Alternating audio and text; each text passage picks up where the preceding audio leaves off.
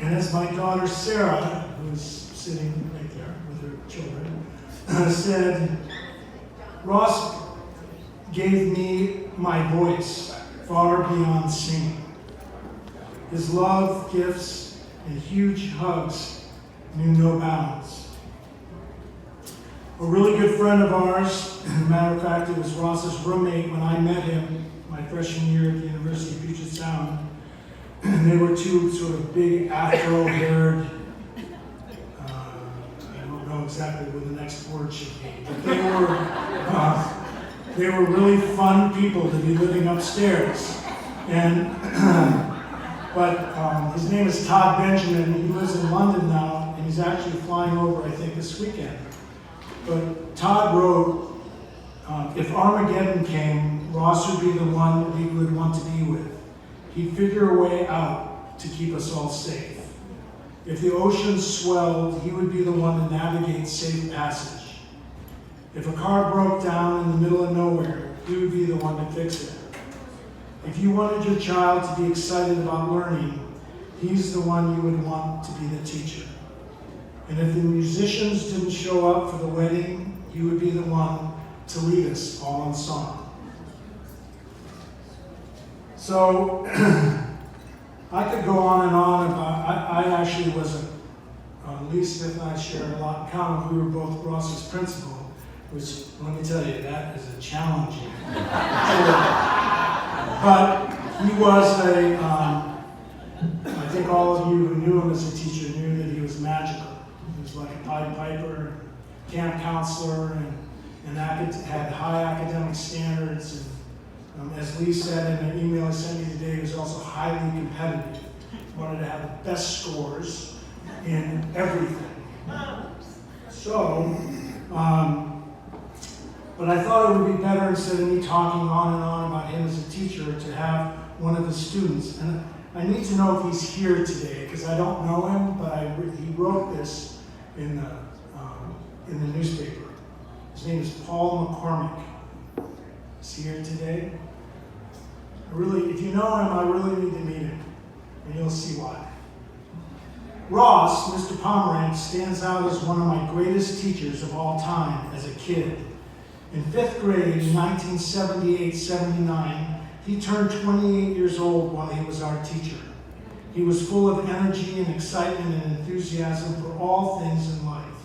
He wore his yellow pencil tucked above his ear, ready to use it any time he needed. It was part of him, like his clothing, part of his style, always worn. It was a symbol unique to him. See his class photos, the pencil is there.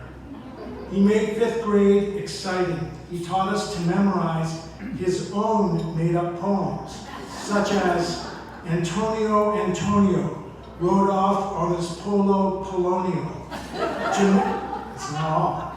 To marry Miss Icily Malonio. And I want to tell you, kids loved language when they were in Ross's class. He taught us art through pencil drawings of items in the classroom.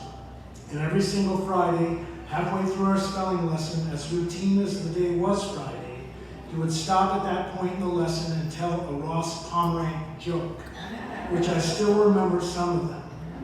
So we all look forward to the halfway mark of the spelling lesson every single Friday of the whole year. He taught us all how to throw a frisbee, and to throw with power, and to throw far, and to throw with accuracy to land in the arms of someone on the far end of the football field, or to hit the designated target goalpost. He demonstrated exciting science experiments. He brought every member of his class in groups of 3 to his home in the evening to go out in his boat and fish for salmon. He played guitar and sang songs and gave us the excitement of being involved in his made-up sneaky program, because it was against the rules, of awarding coupons to students having good behavior for the day. It was our private money system, which we collected and could later use those coupons as money to purchase auctioned items. He brought to school a huge metal sign from the end of the road at Horsehead Bay, with a community map painted on that sign. It was old, worn, peeling paint, dented and full of bullet holes. He taught us students to pound out the dents, scrape the peeling paint, and sand it. Then once prepared, we repainted the sign, all the roads, the names, the water, the land. The sign still stands to this day at the driving entrance to Horsehead Bay. I was sad to read of his passing and felt that he was so young, but then I guess it's not 1978 anymore, is it?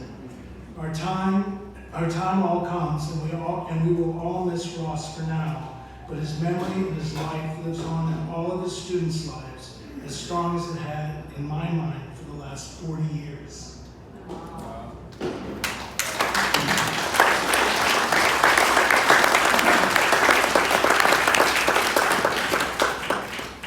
So I would like to invite Keelan to come up, his stepdaughter and friend.